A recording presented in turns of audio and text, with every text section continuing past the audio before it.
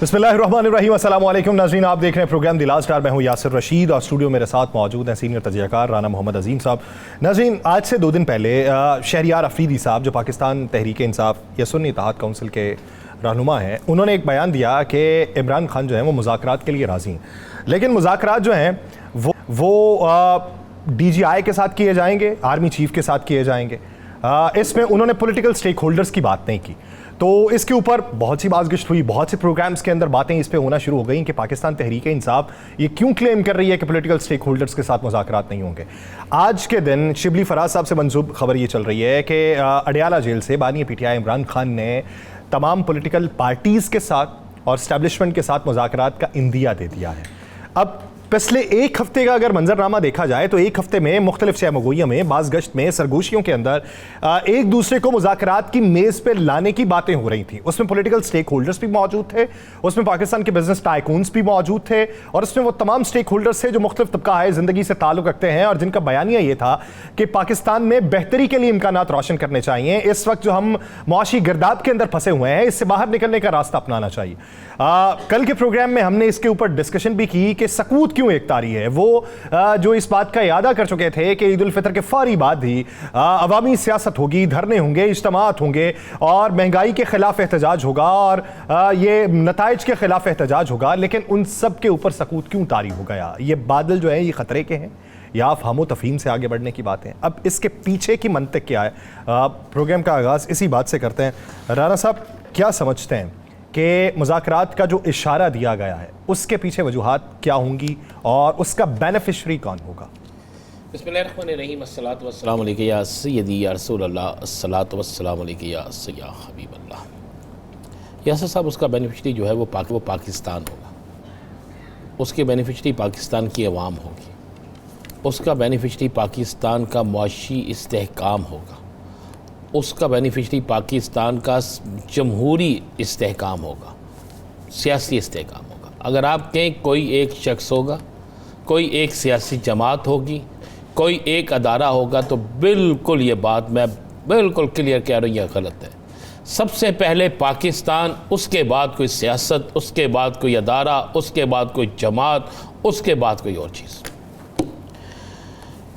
तो चीज़ें बड़ी क्लियर और वाज़े एक चीज़ नज़र आ रही हमें, और मेरी समझ से बाहर है कि पता नहीं क्यों सुबह से जो चीज़ें डिस्कस हो रही हैं, हम उन चीज़ों को उस तरीके से क्यों नहीं देख रहे, हम उस जाविये पे क्यों नहीं जा रहे। मैंने अब तक कोई 22 प्रोग्राम देखे हैं टीवी के, 22 के 22 प्रोग्राम्स में मुख्तलिफ़ चीज़ें दिखाई जा रही हैं, 22 के 22 प्रोग्राम में मुख्तलिफ़ बातें की जा रही हैं। कुछ लोग कह रहे हैं जनाब मुज़ाकरात होने ही नहीं चाहिए थे, कुछ लोग कहते हैं जनाब पहले कहा था सियासी जमातों से मुज़ाकरात नहीं होंगे, अब क्यों हो रहे हैं। कुछ लोग कह रहे हैं जनाब नहीं, लगता है कि अंडरग्राउंड को डील हो गई है, ये अपने बयानिए से हट गए हैं। अच्छा, कोई ये बात नहीं कह रहा कि पाकिस्तान के लिए क्या ज़रूरी है, कोई शख्स ये बात कहने के लिए तैयार नहीं है कि पाकिस्तान से बढ़कर कुछ नहीं है। और भाई सबसे पहले पाकिस्तान है, हमें पाकिस्तान को देखना है, हमें पाकिस्तान को लेकर चलना है। पाकिस्तान से हटके ना कोई चीज़ थी, ना है और ना कोई होगी। और यासर साहब, हमने ही अपने प्रोग्राम में कहा था कि बात चल रही है। मैं आपको ये बता दूं, ये बात 21 अप्रैल से चल रही है।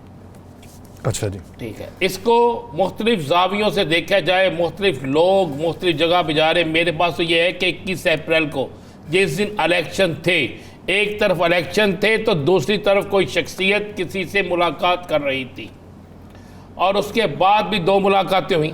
बाद TOR तय हो रहे थे कि TOR क्या होंगे, ऐसे TOR हों जिससे किसी को शिकायत ना हो।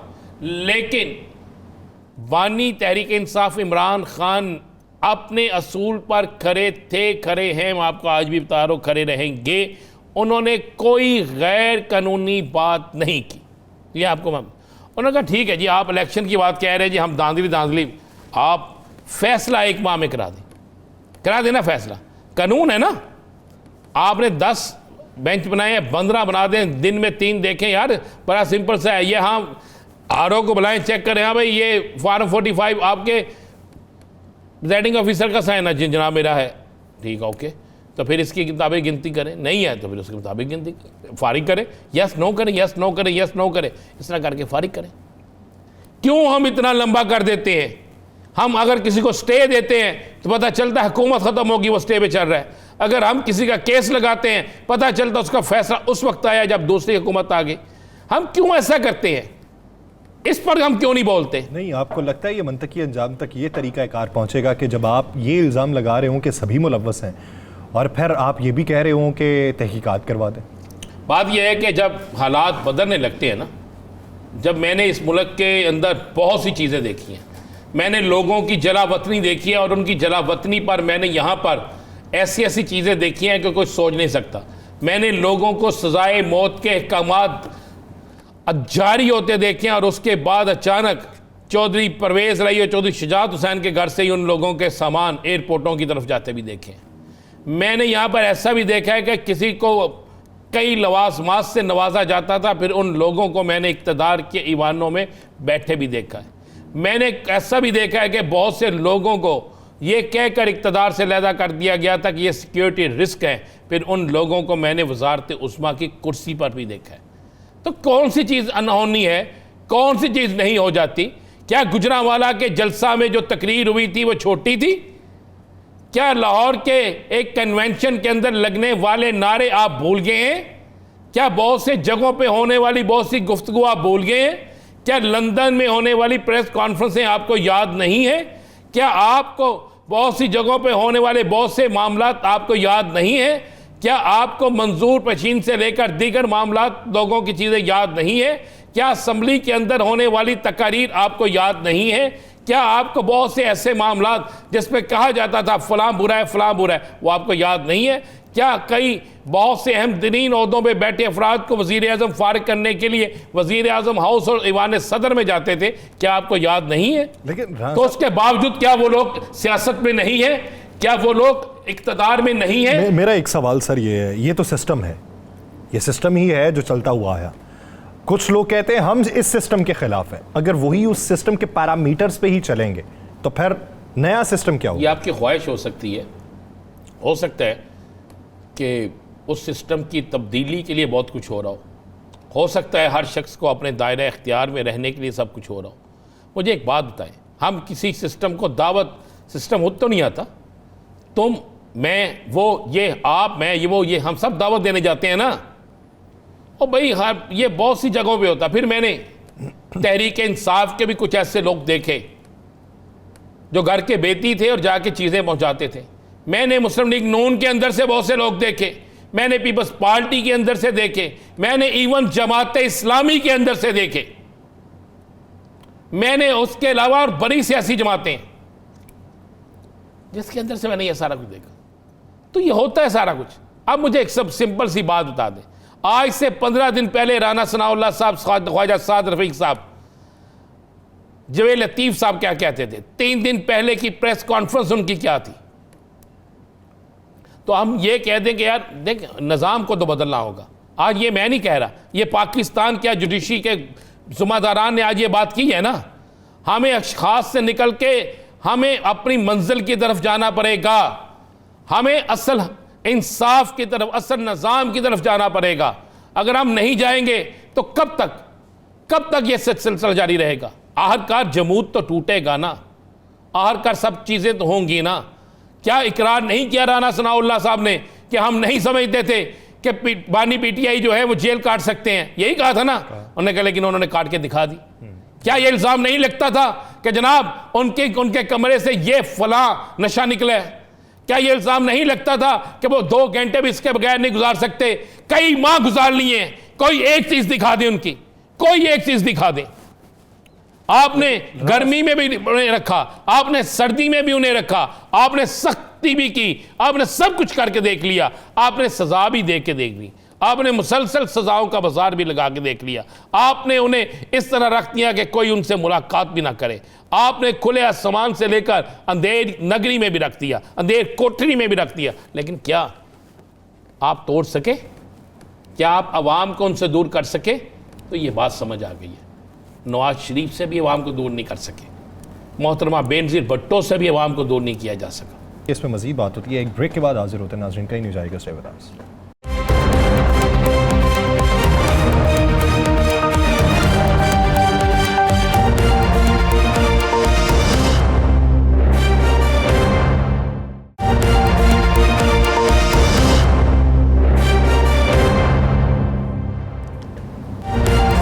ब्रेक के बाद खुशामदीद नाज़रीन।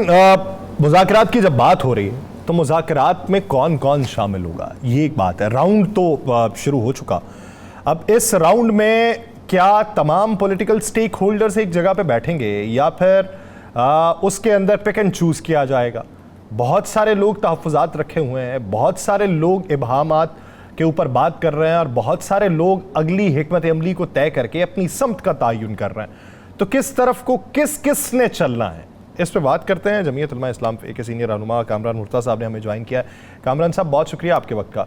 कामरान साहब, बात हो रही है कि पाकिस्तान तहरीक इंसाफ जो है ये मुज़ाकरात करेगी और उसके लिए TORs तय किए जा रहे हैं। सुनने में ये है कि मुज़ाकरात के लिए वफूद जो है वो तश्कील पाए और हुकूमती वज़रा जो थे, जिनमें बिलखुसूस नाम इसहाक डार साहब का भी लिया जाता है कि उनकी भी बहुत सी काविशें हैं कि उन्होंने इसके ऊपर माइल किया है कि हमें पॉलिटिकल स्टेक होल्डर्स के साथ मुज़ाकरात करने चाहिए।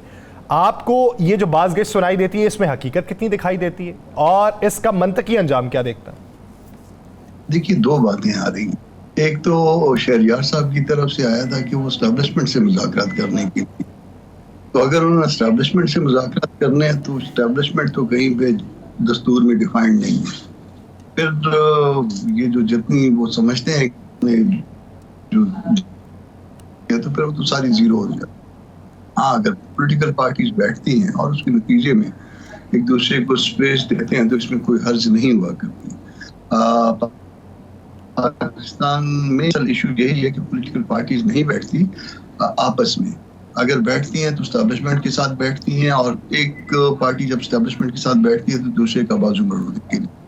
और जब तक ये रवश ख़त्म नहीं होगी, जब तक ये 19-20 का फ़र्क इस तरह से नहीं निकाला जाएगा, ये निकालने का अमल ख़त्म नहीं किया जाएगा, उस वक्त तक जो है वो पाकिस्तान के मसाइल हल होने की तरफ नहीं जाएंगे किसी कीमत पे भी। हमने अगर मामला को दुरुस्त समत में लेके चलना है तो दस्तूर हमारे पास जो है वो सीधा रास्ता है। दस्तूर को पकड़े और उसके परसूस में जो है वो आगे बढ़ते चले जाए।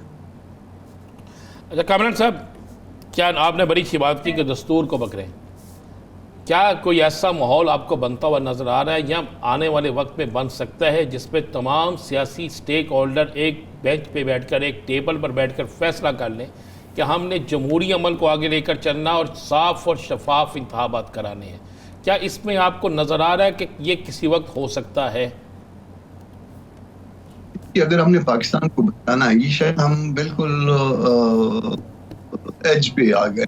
पाकिस्तान में इशू यही है कि पॉलिटिकल पार्टीज नहीं बैठती आपस में। अगर बैठती हैं तो एस्टैब्लिशमेंट के साथ बैठती हैं और एक पार्टी जब एस्टैब्लिशमेंट के साथ बैठती है तो दूसरे का बाजू मरोड़ती है।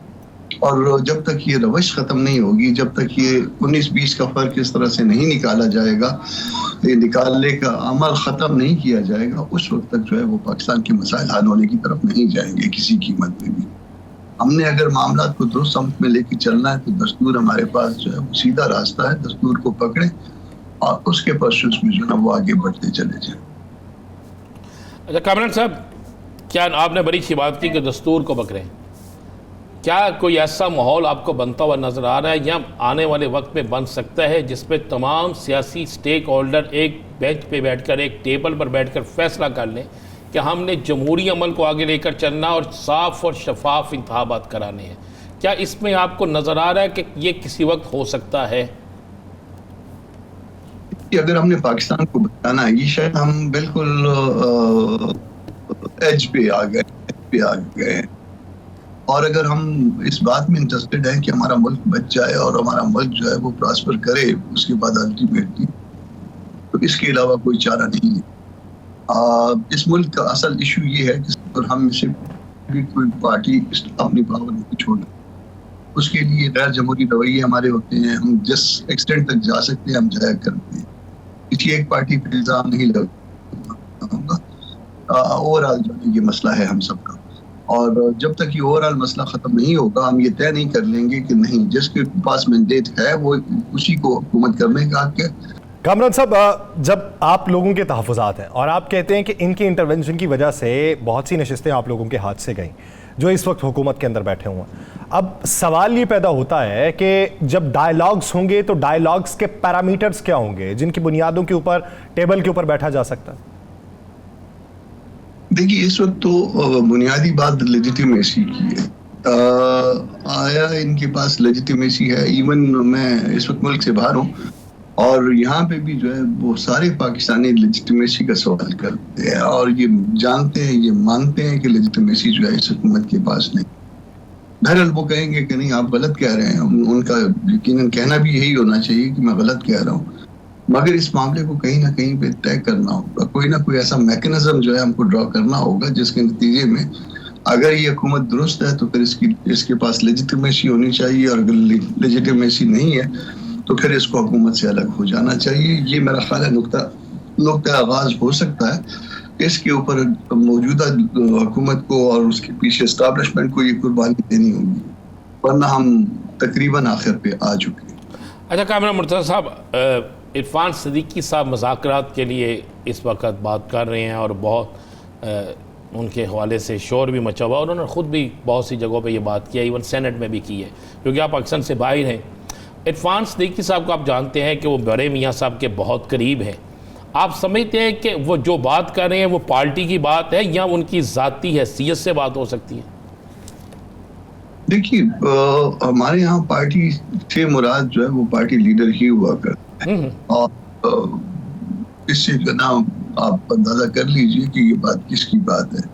अदरवाइज इरफान सिद्दीकी साहब की जगह पे फर्ज करिए मैं होता तो शायद मैं ये बात न कर पाता, अगर क़यादत की बात तो ताकि आप खुद भी समझदार हैं। हम ये समझ लें कि इरफान सिद्दीकी साहब खुद नहीं बोल रहे, क़यादत के हुक्म पर वो बात कर रहे हैं।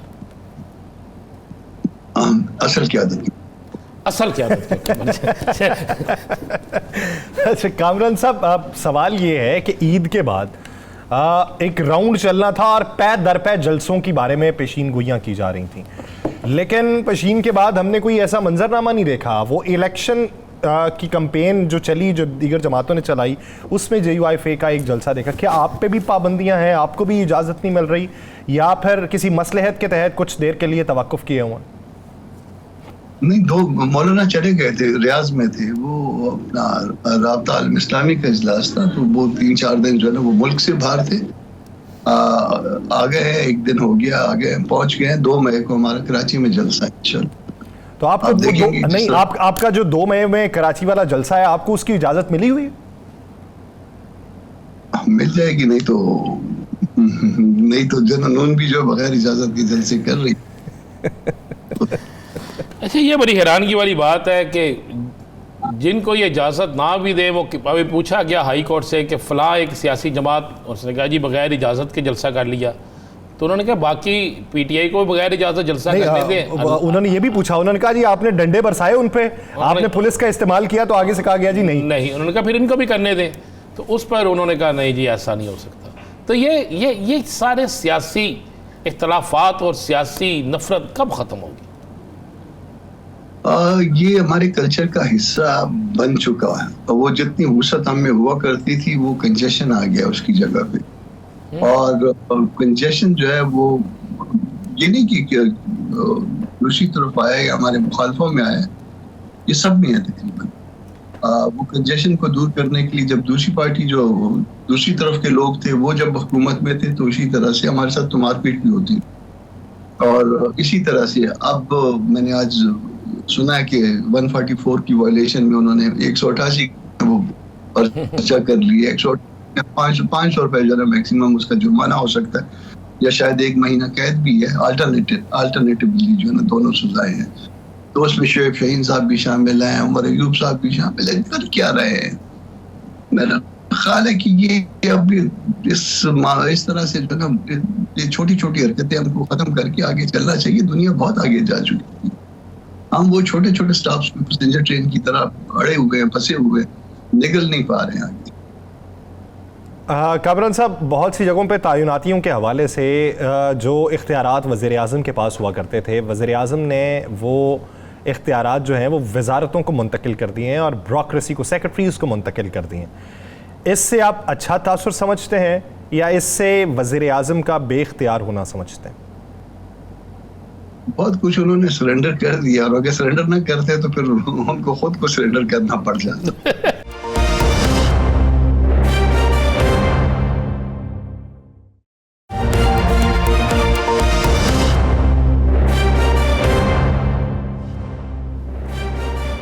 ब्रेक के बाद खुशामदीद नाज़रीन। ब्रेक से पहले कामरान मुर्जा साहब से हम बात कर रहे थे। अभी जो डायनामिक्स हैं पॉलिटिक्स के पाकिस्तान के, वो जिस हद तक तब्दील हो रहे हैं, रोज़ाना की बुनियाद पे आपको कुछ नया सुनने को मिलता है, और कभी कभार जो कान है, जो समात है आपकी, वो उस पर यकीन नहीं करना चाहती। साज़ एक सा है, आवाज़ें मुख्तलिफ हैं। अब साज़ में जो उतार चढ़ाव है वो सुनने वाली समात के ऊपर किस हद तक असरअंदाज हो रहा है। कुछ समातें बेजार हो चुकी हैं, उन्हें कोई शगफ नहीं है कि क्या हैपनिंग हो रही है, क्या नहीं हो रही। उन्हें ये लगता है रोज़ाना की बुनियाद पे कुछ भी खबरें पहुंचाई जाएं, कुछ असर नहीं होने वाला, कुछ बेहतरी नहीं होने वाली, कुछ नहीं होने वाला। ये सिर्फ बतौर ख़बर है और ख़बर बतौर अफवाह। लेकिन उनमें हक़ाइक़ अब जन्म लेना शुरू हो चुके हैं, और रफ्ता रफ्ता ये जो हक़ाइक़ जन्म लेंगे, इससे आने वाले दिनों का मंजरनामा जो है वो सियासी तौर पे माहौल किस हद तक गर्म होगा। इसी को लेके बात को आगे बढ़ाएंगे। पाकिस्तान पीपल्स पार्टी की रहनुमा शर्मिला फारूकी साहिबा ने हमें ज्वाइन किया। शर्मिला फारूकी साहिबा, बहुत शुक्रिया आपके वक्त का। शर्मिला फारूकी साहिबा, अगर बात का आगाज़ करूँ तो अभी ब्रेक से पहले कामरान मुर्तज़ा साहब साथ मौजूद थे, और उन्होंने एक सियासी पेशीन गोई की है। वो ये कहते हैं कि अगले 6 माह में पाकिस्तान पीपल्स पार्टी जो है वो नून लीग से अपनी राहें जुदा कर लेगी। अब ये इसका जवाब नहीं वो दे पाए कि क्यों करेगी, लेकिन क्या आप समझती हैं कि ऐसा कोई मंजरनामा बन सकता है? जी बहुत शुक्रिया। देखिए, मुझे नहीं पता कि किस पस मंज़र में कामरान मुर्तज़ा साहब ने ये बात कही है, या ये उनकी ख्वाहिश है या कुछ और, आई डोंट नो। लेकिन मेरे लिए बड़े अचंभे की बात है कि मुल्क में इतने दरपेश मसाइल हैं, बेरोज़गारी है, गुर्बत है, इस वक्त गंदम की कसरत है, किसान रो रहा है, सड़क पे आ गया है, इतने सारे मसाइल हैं इस मुल्क के अंदर, लेकिन उनको ये फिक्र पड़ी है कि पीपल्स पार्टी कब छोड़ेगी हुकूमत और कब नहीं छोड़ेगी। This is not, should not even be his concern. और दूसरी चीज़ ये कि मैं अब इसका क्या आपको जवाब दूँ कि मुझे ये नहीं पता कि कल आप और मैं यहाँ होंगे कि नहीं होंगे, तो मैं तो कोई पेशन गोई नहीं कर सकती ना इस किस्म की। मैं आज की बात ज़रूर कर सकती हूँ कि एज ऑफ टुडे हम बिल्कुल स्टेबिलिटी चाहते हैं, हम चाहते हैं सियासी इस्तेहकाम हो। बल्कि अगर आप सदर जरदारी साहब की जो स्पीच है उसका मतन अगर आप निकालें, जो उन्होंने जॉइंट सेशन से की थी पार्लिमानी साल के आगाज़ में 18 तारीख को, तो उसका मतन भी, और सबसे जो अहम इसके अंदर जो नुक्ता था वो यही था कि हमारे पास वक्त बहुत कम है, हमने अपनी सियासी इख्तलाफात को एक तरफ रख के कौम के लिए काम करना है। आप priority should be public need, लोगों की ज़रूरियात पूरे करने के लिए हम इस पार्लियामान के अंदर आए हैं और लोगों की नज़रें हमारे पर हैं। हमने देखिए पोलराइजेशन है पाकिस्तान में और बिलखुसूस नेशनल असेंबली के अंदर, अलग जमातों की अलग हुकूमतें, अलग सूबों के अंदर कितनी पोलराइजेशन है, सियासी इख्तलाफात। लेकिन अगर हम in the larger interest in तमाम मामलात को, इख्तलाफात को एक तरफ रख के कौमी मामलात पे एक पेज पे आ सकते हैं और इस मुल्क के लिए कोई खिदमत कर गुजरें, तो ये मैं समझती हूँ तारीख में एक सुनहरी अल्फाज में लिखा जाएगा। अच्छा शर्मिला साहब, आपने दुरुस्त कहा, चले वो तो सोच थी जमीयत उलमा इस्लाम की, उन्होंने कहा, आपने कहा हमें नहीं पता उनकी सोच है, उनकी ख्वाहिश है क्या। पीपल्स पार्टी के रहनुमा कादर मंदोखेल साहब का ये कहना है कि 3 माह, मैक्सिमम 3 माह में नवाज शरीफ, शहबाज शरीफ को हुकूमत से निकाल के ले जाएंगे। ये पीपल्स पार्टी के रहनुमा का कहना है। अगेन देखिए, मैं कोई इंडिविजुअल पॉइंट ऑफ व्यू के ऊपर तो नहीं तबसरा कर सकती ना, मतलब जितने मुंह उतनी बातें, उनकी ख्वाहिश या उनका ख्याल या उनकी जैसे कहते हैं ना कि उनका सियासी जो जहन है वो ये कहता होगा, तो अब मैं इस पर क्या तबसरा करूं। देखिए, मैं, आप मुझसे सवाल ये पूछें कि सदर जरदारी साहब क्या कहते हैं, सदर मुमलिकत क्या कहते हैं, आप मुझसे पूछें कि बिलावल भुट्टो जरदारी साहब कहते हैं, those are policy discussion, policy statement. अब अगर हमारे कोई एक मेंबर या कोई एक, लेकिन अगर एक हफ्ता खामोशी रहे और फिर कोई मेंबर्स बोलें तो क्या हम भी फिर तबसरा ना करें? कौन मेंबर बोल रहे हैं? कादिर खान मंदोखेल आपकी मेंबर है। हाँ, तो मैंने तो सुना ही नहीं और मुझे से बहुत से लोगों ने सुना नहीं। अब वो किस टॉक शो में क्या बात करते हैं उनको मॉनिटर, हर कोई एक दूसरे को मॉनिटर थोड़ी कर रहा होता है। अब वो दिन में 2 टॉक शोज करते हैं, मैं दिन में 2 टॉक शोज करती हूँ। इस तरह हमारे कोई 8-10 लोग हैं जो करते हैं। तो हम एक दूसरे जो बात कह रहे हैं, देखिए हम तो वो बात करते हैं जो हमारी पॉलिसी गाइडलाइन है, लेकिन उससे हटकर अगर मेरा कोई जाती राय हो या किसी और मेंबर का कोई जाती राय हो तो मैं तो या ये वो मेरी राय पे या मैं उनकी राय पे तो तबसरा नहीं कर सकते। चलिए शमीना साहब, अब ये बता दें कि आपने आसिफ अली जरदारी साहब का हवाला दिया, वो सालहत के हवाले से उनका बड़ा एक किरदार है। आजकल मुसालहत के हवाले से, एक मेज़ पर बैठने के हवाले से और मुज़ाकरत, सियासी मुज़ाकरत के हवाले से काफ़ी बातें चल रही हैं। तो क्या इसमें सारा किरदार जरदारी साहब ने अदा किया और क्या इसमें कोई हकीकत आपको नज़र आती है? देखिए, मुझे अभी तक ना हमें कोई ऐसी ऑफिशियली कोई चीज़ कन्वे की गई है, ना मुझे कोई इस किस्म का कोई पेशरफ नज़र आती है। लेकिन हाँ, ये ज़रूर है, जिस तरह मैंने अभी आपसे पहले कहा कि सदर साहब बिल्कुल चाहते हैं कि सब मिल के साथ बैठें और मिल के काम करें और इस मुल्क के अंदर जो पब्लिक नीड है, देखें ये बहुत ज़रूरी है। इस वक्त आज जिस तरह मैंने आपको पहले कहा कि किसान पिस चुका है, सड़क पे आ गया है, क्योंकि आपकी केयर टेकर हुकूमत ने गंदम इंपोर्ट कर ली, गंदम सरप्लस के अंदर पड़ी हुई है, किसान की गंदम खरीदी नहीं जा रही है, पैसे हेल्प नहीं कर रहा है, फेडरल गवर्नमेंट की कोई इसमें लेना देना नहीं है, वो खामोशी इख्तियार करके बैठे हुए हैं।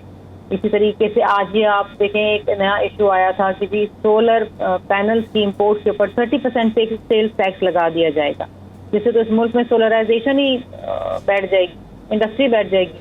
आपके पास बिजली तो है नहीं, तो जब आप वो जो इकदामात निगरान हुकूमत में उठाए गए हैं, उसका मलबा किस पे रखें? उन्हीं पे ही? उनका मलबा उन पे ही रखेंगे ना जी, हम पे तो नहीं रखेंगे, या मैं तो उसकी जवाबदेह नहीं हूँ। लेकिन देखिए, इश्यूज बहुत हैं इस वक्त। आपके खित्ते में बड़े मसले मसाइल हैं, आपके अफगानिस्तान के साथ उतार चढ़ाव रहता है, आपका इंडिया के साथ मसला चल रहा है कश्मीर के हवाले से। आप इस वक्त ईरानियन सदर के दौरे के बाद आप देखिए कि हमने बात की है कि बायलैटरल ट्रेड $2 बिलियन से बढ़ा के $10 बिलियन तक लेके जानी है। खित्ते में हमें अमन चाहिए, हम चाहते हैं कि पाकिस्तान को जो तो उसमें पाक ईरान गैस पाइपलाइन होगी, बायलैटरल के अलावा गैस पाक ईरान गैस पाइपलाइन का मंसूबा है उसमें?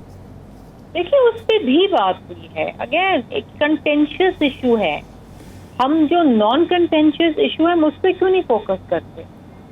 ये कितनी अच्छी बात है कि $2 बिलियन से बायलैटरल ट्रेड बढ़ा के $10 बिलियन तक ले जाने की का अहद किया गया। ये कितनी अच्छी बात है पाकिस्तान के मफाद में। नहीं, मुझे एक मिनट शर्मिला साहिबा, गैस का मामला किस तरीके से हम कह सकते हैं कि मुतनाज़ा है या कोई चीज़ है? इसमें हम किसको डिस्टर्ब कर रहे हैं? हम किसी को डिस्टर्ब नहीं कर रहे हैं। आप अच्छी तरह जानते हैं कि आप क्या बात कर रहे हैं और क्या सवाल कर रहे हैं। आप मुझसे ज़्यादा बेहतर जानते हैं कि उसके ऊपर क्या मसला है, क्या मसला नहीं है। हमें तमाम अपने ताल्लुकात, मामलात, हालात देख के चलना पड़ता है। ईरान हमारा भाई है, हम कल्चरली, रिलीजियसली हम एक दूसरे के बहुत करीब हैं, हमें उनसे अच्छे ताल्लुकात करनी। और ईरान इज़ आवर नेबर, और हमारे 2 नेबर से ऑलरेडी हमारे कोई खातर खा को ख़ास ताल्लुकात नहीं है। इंडिया से भी ट्रेड करने की बात है तो बिजनेसमैन आज कह रहे हैं कि इंडिया से भी ट्रेड करो। अगेन उसके ऊपर भी पॉलिसी डिसीजन आना है। अभी तक कोई गवर्नमेंट की तरफ से तो कोई इसके ऊपर कोई पॉलिसी स्टेटमेंट डिसीजन नहीं है कि हमें नहीं पता कि क्या करना है, क्या नहीं करने जा रहे हो। देखिए, बहुत सारे मसाइल हैं, सो मेनी इश्यूज, इन्फ्लेशन है, बेरोजगारी की दिक्कत है, इसका खात्मा करना। शर्मिला फारूकी साहिबा, बसात एहतराम, जब हमारा ईरान के साथ मसला हुआ था तो फौरी तौर पे उनका वफ़द जब पाकिस्तान आया था तो उस वक्त बातें यही हुई थी कि ईरानी सदर दौरा पाकिस्तान करेंगे और जिसमें पाक ईरान गैस पाइपलाइन के ऊपर बात होगी। अब लोग तो फिर सवाल करते हैं कि एक तरफ डोनाल्ड लू ने बात की और उसके बाद इस दौरे में एलामिया जारी कर दिया गया, 10 निकाती एलामिया है, लेकिन पाक ईरान गैस पाइपलाइन की बात नहीं है। तो वो सवाल फिर हम किस से करें? देखिए ना, तो जो कंटेंशियस इश्यूज हैं उनको एक तरफ रखा गया है। बहुत शुक्रिया शर्मिला फारूकी साहिबा, इस वक्त देने के लिए। नाज़रीन, दीगर इश्यूज़ पे बात करेंगे एक शॉर्ट ब्रेक के बाद, कहीं नहीं जाएगा। Stay with us.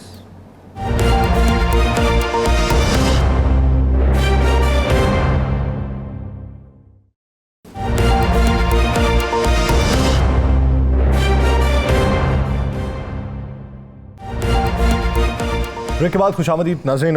सियासी मंजरनामे के बाद कुछ अवामी इशूज़ पे बात करते हैं। बहुत सी जगहों के ऊपर तामीराती काम होते हैं, लेकिन तामीराती काम करने में अक्ल का इस्तेमाल भी किया जाता है। अब किसी ऐसी जगह के ऊपर अगर आप कोई ऐसा इकदाम उठाना शुरू कर दें कि जहाँ पे आपको पीछे से सपोर्ट ना हासिल हो, तो उसका अंजाम क्या होगा? एक अस्पताल में जहाँ पर मरीज़ भी मौजूद थे, उस अस्पताल की छत को ऊंचा किया जाना था और नीचे कोई सहारा नहीं था, कोई पिलर मौजूद नहीं था, कि इसी असना में कि छत जब ऊंची की जा रही थी तो वो छत धड़ाम से ज़मीन पर आके, अब उस छत के नीचे मरीज़ भी मौजूद थे, मरीज़ ज़ख्मी भी हुए। उसकी तहकीकात होने लगी कि इसके पीछे वजूहात क्या हैं, क्यों ऐसा इकदाम उठाया गया कि किसी सपोर्ट के बगैर छत को ऊपर किया जाना था। अब उसमें बहुत सारी चीज़ें या परतें खुल के मंजर आम पे आई हैं। अब उन पर्दों में हकीकत क्या है, असल खबर क्या है, ये जानने के लिए हमने राबिता किया। अपने नुमाइंदा हैं गुजरात से शाहिद चौधरी, उन्होंने हमें ज्वाइन किया। शाहिद चौधरी, आप ये बताइएगा कि असल हकायक क्या मंजर आम पे आए हैं, क्या इस पे कोई स्ट्रिक्ट एक्शन लिया गया है? कोई अगर ज़ख्मी हुआ है तो ज़ख्मी की हालत कैसी थी तो उसके साथ ताउन क्या किया गया? ये बुध की ये सुबह ये अचानक जो है ना, ये अजीज भट्टी शहीद अस्पताल है, उसकी छत अचानक जो है ना वो नीचे गिर पड़ी। तो ये उस वक्त रीवैम्पिंग का जो अमल था ना, वो निगरान गवर्नमेंट से ये जारी था, तो ताज़ीनो आराइश जो है ना वो भी की जा रही थी। तो अचानक से ये छत जो है ये नीचे गिरी और नीचे ये सर्जिकल जनाना वार्ड थी। तो नीचे चूंकि वो वार्ड उस वक्त चालू थी वो, और वहां पर मरीज जो वो थे दाखिल थे, तो उधर 3 जो मरीज हैं वो शहीद हो गए और 19 से ज्यादा जो है वो जख्मी हुए। असल अगर इस पे बात की जाए तो ये बिल्डिंग जो है ये 1964 में अजीज भट्टी शहीद गुजरात का चूंकि सबसे बड़ा हॉस्पिटल है, तो 1964 में ये बिल्डिंग बनी थी। तो इसकी जो तामीर है वो हस्ताहाली का शिकार है। 50 साल जिनके 60 साल गुजर चुके हैं। तो इसके बावजूद जो बिल्डिंग डिपार्टमेंट है उनकी तरफ से 4 माह पहले यानी कि दिसंबर में उनको एक नोटिस जारी किया गया हॉस्पिटल को कि आप अपनी बिल्डिंग को जो है डिमोलिश करें, नया बनाएं, क्योंकि इसकी मियाद खत्म हो चुकी है, अस्पताल का शिकार है। लेकिन निगरान गवर्नमेंट ने बजाय इसको दोबारा बनाने के इसके ऊपर 90 करोड़ रुपए की रीवैम्पिंग का अमल शुरू कर दिया, और उसका नतीजा हमें गुजरात वालों को कीमती जाने जो है वो जाया करने से उसका नतीजा भुगतना पड़ा है। क्या इस पे अब कोई एक्शन हुआ है? ये जो सारा मामला हुआ है इस पे कोई एक्शन हुआ हो, किसी ने हो कि ये इतना बड़ा नुकसान हो गया? ये एक नहीं है, इससे पहले यासर आपको याद है सर्विस हॉस्पिटल की भी बिल्डिंग गिर गई थी। जी जी जी जी, अच्छे तरीके अभी नई तमीर बिल्डिंग हो रही थी। यहाँ पे तो एयरपोर्ट के इफ्तिताह वाले दिन छतों से पानी गिरना शुरू हुआ। तो ये क्या इस पे कोई एक्शन हुआ है? किसी ने पूछा है? कोई कमेटी, नाम की ही कमेटी कायम हुई है? कुछ ऐसा मामला चला है? जी बिल्कुल ऐसे हुआ है कि हादसे के फौरन बाद जो है वो 1 घंटे के बाद डिप्टी कमिश्नर गुजरात जो है वो वहां पर तशरीफ लाए हैं। जो 3 अमवात थी उन्होंने वो कम करके 1 अमवात कर दी है, क्योंकि उनको हादसे की सूरत में 25 लाख रुपया जो है वो उनको देना पड़ता था, वो जो उस हादसे में शहीद हुए हैं। तो जो 3 अमवात थी वो तो ऐनी शाहिदीन और हमारे मुताबिक थी, लेकिन सरकारी तौर पर 1 अमवात का जो है वो जिक्र किया गया, और सिर्फ 12 जो है ना वो जख्मी है जिनको इमदाद बाद में दी गई है। तो शाम के वक्त जो सूबाई वजीर हैं, वजीर शाहिद आप एक बड़ा क्लेम कर रहे हैं, दूसरे हैं जो दोनों वहां पर तशरीफ लाए हैं। आप बड़ा क्लेम कर रहे हैं कि सरकारी सतह के ऊपर दी गई है, इन्होंने फॉर्मेलिटी आप कह रहे हैं कि सरकारी सतह के ऊपर 1 मौत की तस्दीक हुई, जबकि आपके पास इतलात 3 अमवात की हैं। तो क्या वजह है कि वो जो 2 हैं उसके लवाहिकीन मंजर आम पे क्यों ना आ सके? 3 अमवात हुई हैं, आप साबित कर सकते हैं? इन्होंने उनको भेज दिया था। एक तो आज़ाद कश्मीर का जो था मोहम्मद अफजल, वो आज़ाद कश्मीर से था, चूंकि उन्होंने ये कहकर भेज दिया कि आपकी जो इमदाद है वो आज़ाद कश्मीर में वो करेंगे। एक मंडी बावलदीन की हाथों थी, एक डिंगा की थी। जो रिहायशी गुजरात की थी उसको तो 25 लाख रुपए का चेक दे दिया गया, लेकिन बाकी जो है उनके जो साथ में वर्षा थे उनको वापस भेज दिया गया मीडिया से बचा के, चूंकि मौके पर हम लोग पहले से उनके आपका गुजरात वैसे भी मीडिया के लिए ना जो थे वो हमारे पास थे। शाहिद साहब, आपका गुजरात वैसे भी मीडिया के लिए रेड जोन है, और गुजरात में मीडिया के साथ जो होता है वो मुझे पता है। आप भी बड़ी मुश्किल से वहाँ पे जर्नलिज्म करते हैं। चलें, ये एक बड़ी खबर है। आपको एक मजे वाली खबर बताऊँ? यहाँ पे तो एक बिल्डिंग गिर गई ना। हालांकि मैं हमारे जो इस वक्त मौजूदा वज़ीर सेहत है ना, ख्वाजा सलमान रफ़ीक, उनके मुतालिक तो मैं हल्फन कह सकता हूँ वो बेईमान नहीं है, डेड ऑनेस्ट आदमी है। लेकिन मज़े वाली बात यह है कि उनकी छतरी के नीचे बहुत कुछ हो रहा है। तो यहाँ पर सबकी छतरी के नीचे ही होता है। शाहिद चौधरी साहब, इकदाम कोई उठाया गया, कोई डिसमिस हुआ, किसी के खिलाफ कोई FIR? जी, फॉर्मेलिटी पूरी करने के लिए इन्होंने एक इंक्वायरी कमेटी है जो है वो तश्कील दे दी है।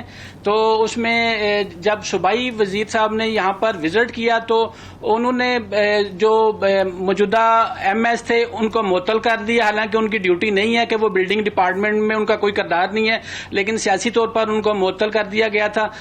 बाकी जो फाइलों में जैसे कि वो इंक्वायरी कमेटी तश्कील दे दी जाती है, उसके बाद कुछ हासिल नहीं होता, अभी तक तो वही है। तो जो इमदाद थी वो भी दे दी गई है। लेकिन इससे बड़ा जो लम्हा फिक्री है कि गुजरात में ये 90 करोड़ रुपया रीवैम्पिंग के ऊपर लगा दिया गया। अगर ये 90 करोड़ रुपए से ये अगर बिल्डिंग नहीं बना लेते तो कम से कम 600 बेड का हॉस्पिटल ये तैयार कर सकते थे। लेकिन उन्होंने पुरानी ही हस्ता हाल बिल्डिंग के ऊपर ही रीवैम्पिंग की और इसका नतीजा हादसे की सूरत में सामने आया। इसका नतीजा हादसे की सूरत में सामने आया, रीवैम्पिंग की गई उसकी। बहुत शुक्रिया शाहिद चौधरी इस हवाले से आगाह करने के लिए। नाज़रीन, प्रोग्राम का वक्त ख़त्म हुआ चाहता मुझे और राना अजीम साहब को दीजिए इजाज़त। अपना बहुत सा ख्याल रखिएगा। मुलाकात होगी कल, अल्लाह के बाद।